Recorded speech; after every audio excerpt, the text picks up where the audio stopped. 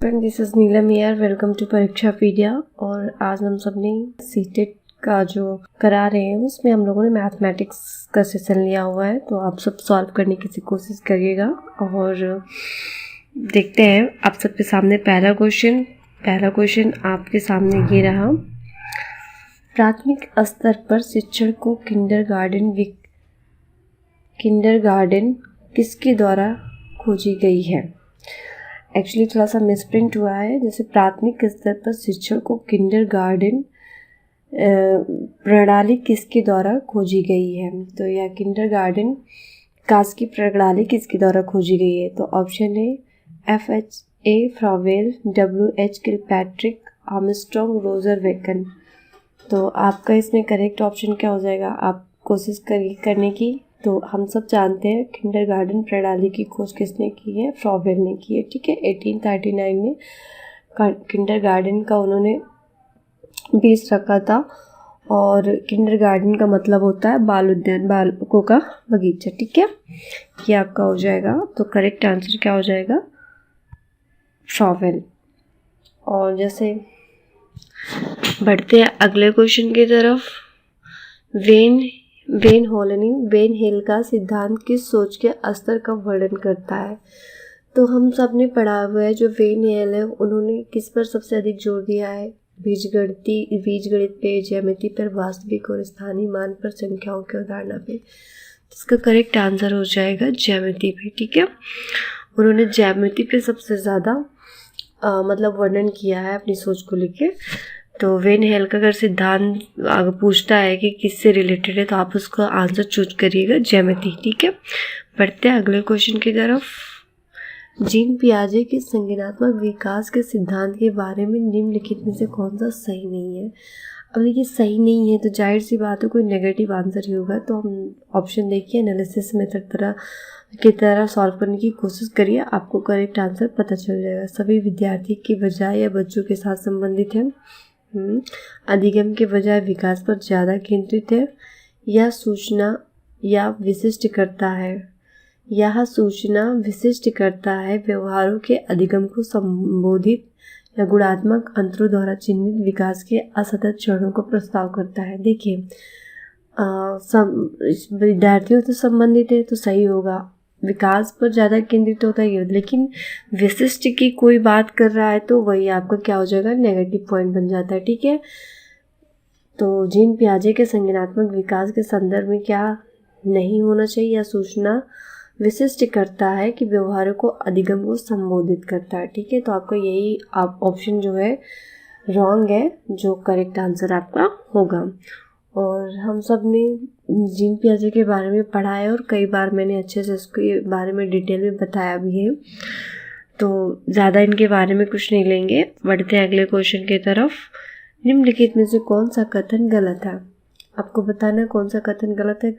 गणित संगठन से अधिक नहीं है, गणित सभी विज्ञानों की रानी है, गणित हमें गणना के माध्यम से स्पष्ट और सही उत्तर देती है, गणित अन्य विषयों के आधार और संरचना के रूप में कार्य करती है। तो आप बताइए इसमें से कौन सा कथन गलत है? तो आप सभी जानते हैं गणित सभी विज्ञानों की रानी तो है, ये है ना, ये तो होता है। तो आपको करेक्ट आंसर यही हो जाएगा, गणित संगणना से अधिक नहीं है, संगणना से अधिक नहीं है। तो आपका ये करेक्ट आंसर हो जाएगा। ठीक है, बढ़ते हैं अगले क्वेश्चन की तरफ। क्वेश्चन नंबर 5 है, निम्न में से कौन सी त्रुटि विश्लेषण का उद्देश्य नहीं है? देखिए, विश्लेषण का उद्देश्य पूछा गया, ठीक है, तो नहीं पूछा गया। तो आप बताइए, उन त्रुटियों के पैटर्न की पहचान करना जो छात्र पठन पाठन में करते हैं, परीक्षा में अधिक अंक प्राप्त करते हैं, और यह समझाने के लिए विद्यार्थी यहाँ गलती क्यों करते हैं। अब विश्लेषण विधि में तो बिल्कुल आपको पता चलेगा क्यों गलती करते हैं, एनालिसिस करेंगे, पता करेंगे ना। और इसमें त्रुटियों को ठीक करने के लिए लक्ष्य निर्देशन प्रदान, ये भी सही है। पैटर्न को पहला जैसे उन त्रुटियों को पहचान करने का, बिल्कुल इसमें भी पहचान करके पाठन में कहाँ आप गलती कर रहे हैं बताया जाता है। तो आपका करेक्ट ऑप्शन क्या हो जाएगा? परीक्षा में अधिक अंक प्राप्त करना, ये विश्लेषण का उद्देश्य नहीं होता है। तो आपका यही करेक्ट आंसर हो जाएगा। ठीक है, बढ़ते हैं अगले क्वेश्चन की तरफ। क्वेश्चन नंबर 6, NCF के अनुसार गणित शिक्षण के संबंध में कौन सा कथन उचित नहीं है? देखिए, पहला ऑप्शन है, बच्चे गणित सीखे जो सूत्र और यांत्रिक प्रक्रिया से कहीं अधिक हो। बच्चे गणित के बारे में बात करने, उसे माध्यम से बातचीत करने, उस पर चर्चा करने, एक साथ काम करने के रूप में देखें। आनंद लेने के बजाय गणित से डरना सीखें, यही आपका सही आंसर हो जाएगा। देखिए एनसीएफ के अनुसार गणित शिक्षण के संबंध में कौन सा कथन उचित नहीं बताया गया है, तो बच्चे आनंद लेने के बजाय गणित से डरना सीखे। ठीक है, ये आपका करेक्ट आंसर हो जाएगा। क्योंकि ये निगेटिव साफ साफ पता चल रहा है कि गणित से कोई मतलब बच्चों को सिखाता है कि आप उससे डरो नहीं ना, हम तो और मोटिवेट करते हैं कि आप अच्छे से पढ़ो, गणित आसान है, हम उन्हें आसान बनाने की कोशिश करते हैं, ना कि बच्चों को डराने की कोशिश करते हैं। एनसीएफ ऐसा बिल्कुल नहीं करता है, तो यही आपका करेक्ट आंसर हो जाएगा। बढ़ते हैं अगले क्वेश्चन की तरफ।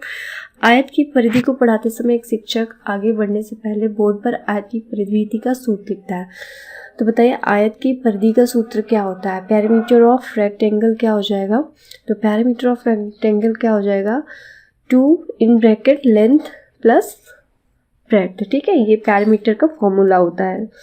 तो वही कह रहा है कि किस दृष्टिकोण का अनुसरण करता है, तो आगमन दृष्टिकोण का, प्रायोगिक दृष्टिकोण का, निगमन दृष्टिकोण का या व्यवहारिक दृष्टिकोण का।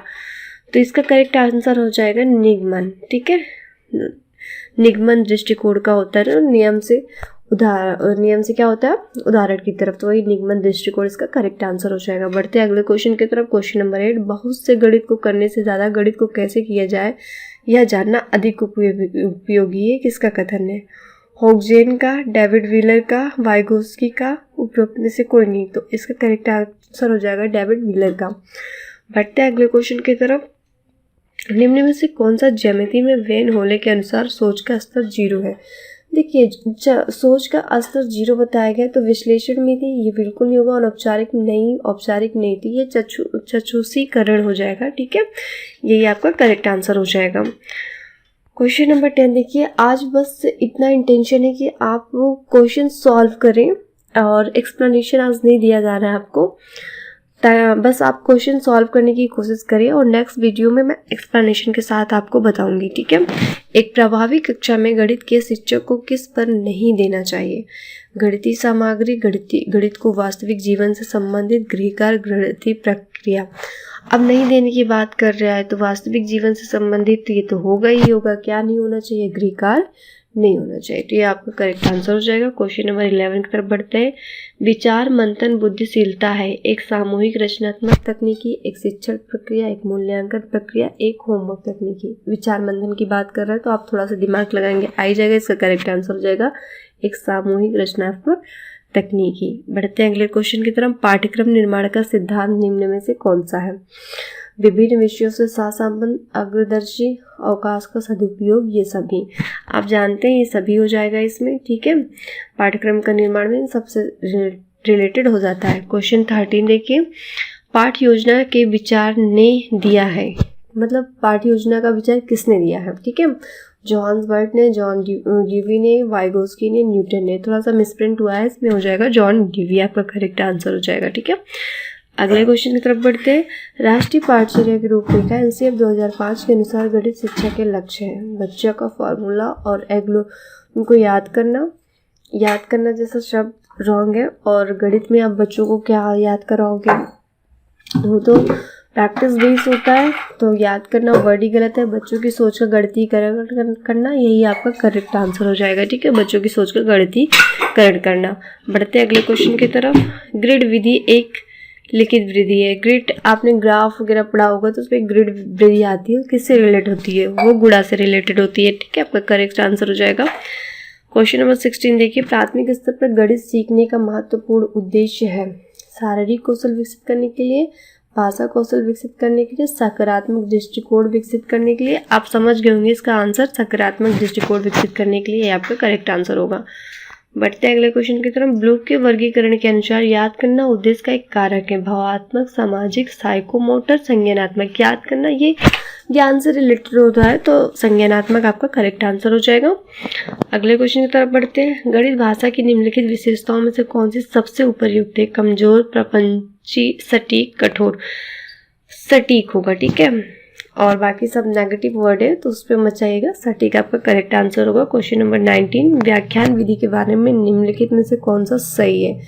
यह एक छात्र केंद्रित पद्धति है, नहीं, व्याख्यान छात्र केंद्रित तो कभी नहीं होगी। शिक्षक केंद्रित पद्धति है, मनोवैज्ञानिक पद्धति नहीं होगी, तो आपका क्या हो जाएगा, ये शिक्षक केंद्रित पद्धति होती है। लास्ट क्वेश्चन इस सेशन का है, गणित वह विज्ञान है जो संबंधित है आकार और मात्रा के तर्क से, राय से, बोली जाने वाली भाषा से, उपयोग सभी से। क्या हो जाएगा, आकार और मात्रा के तर्क से। ये आज की 20 क्वेश्चन है स्टूडेंट, आप सॉल्व करिएगा और नेक्स्ट वीडियो में आप क्या पढ़ना चाहते हो वो कमेंट करिएगा, मैं वो वीडियो लेके आऊँगी आप सबके लिए, जिससे आपको लगे कि हाँ आपको क्वेश्चन का मात्रा अच्छा खासा मिल सके। आप जो भी सब्जेक्ट पढ़ना चाहते हैं कमेंट करके बता दीजिएगा।